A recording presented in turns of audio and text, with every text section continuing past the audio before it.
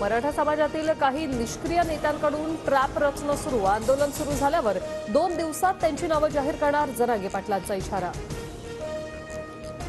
शिबिर भरवा, कुणबी नोंदी सापडलेल्या 54 लाख मराठ्यांना तात्काळ दाखले द्या, राज्याच्या मुख्य सचिवांचे सर्व जिल्हाधिकाऱ्यांना आदेश.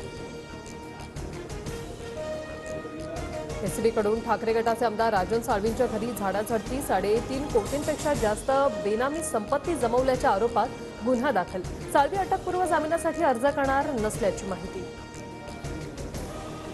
अटकेला घाबरत नाही, किती कारवाया झाल्या तरी आता आणि उद्या देखील मी ठाकरेंसोबतच. एसीबीच्या छापेमारीनंतर साळवींची भूमिका. शिंदे गटात येण्यासाठी रवींद्र वाईकर आणि राजन साळवींवर काही दिवसांपासून दबाव, संजय राऊतांचा आरोप. तर मोठे आरोप होणारे उपमुख्यमंत्री होतात, किशोरी पेडणेकरांची टीका.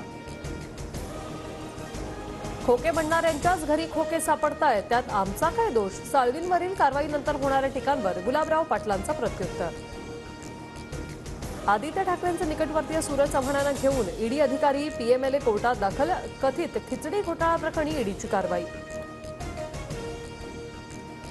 बीएमसीमध्ये कोविड काळात 6.5 कोटींचा कथित खिचडी घोटाळा, सूरज चव्हाणांच्या खात्यात संबंधित कंपनीकडून 71 लाख आल्याचा आरोप, मात्र सल्लागार फी मिळाल्याची चव्हाणांची प्रतिक्रिया. महाराष्ट्राच्या सरकारी अधिकाऱ्यांनी सीमा भागात प्रवेश करू नये, कर्नाटकचे मुख्यमंत्री सिद्धरामय्या यांचा इशारा. महात्मा फुले जन आरोग्य योजनेचा लाभ देण्यावरून वादाची शक्यता. आपल्या सीमा पाहून राज्य सरकारनं सुविधा पोहोचवाव्या, कर्नाटकच्या मुख्यमंत्र्यांचं वक्तव्य चुकीचं नाही, अशोक चव्हाणांकडून सिद्धरामय्यांच्या वक्तव्याचं समर्थन.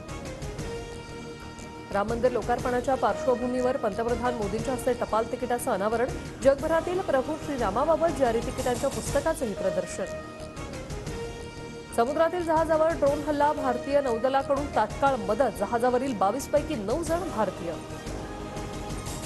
अयोध्येत रामलल्लांची मूर्ती आज मंदिराच्या गर्भगृहात ठेवण्यात येणार. श्रीरामाचं चित्र असलेल्या जॅग्वार कारची अयोध्येत चर्चा, रामलल्लांच्या स्वागतासाठी अयोध्येत ठिकठिकाणी रांगोळी.